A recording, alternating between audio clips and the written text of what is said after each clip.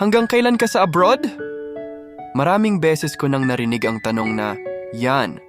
At minsan, kahit ako, tinatanong ko rin ang sarili ko. Hanggang kailan? Siguro hanggang kaya ko pang lumaban.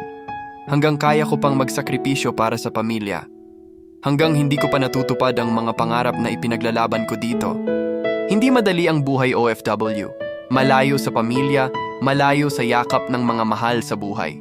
Pero sa kabila ng lungkot at pagod, ito rin ang nagiging daan para may maipundar, may maipadala at may mabuo para sa kinabukasan.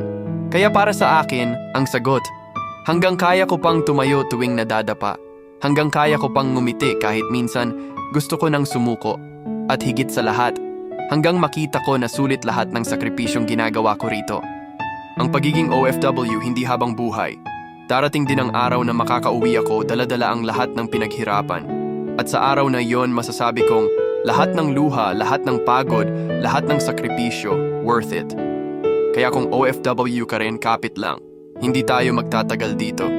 Pero habang nandito tayo, gawin nating makabuluhan ang bawat araw.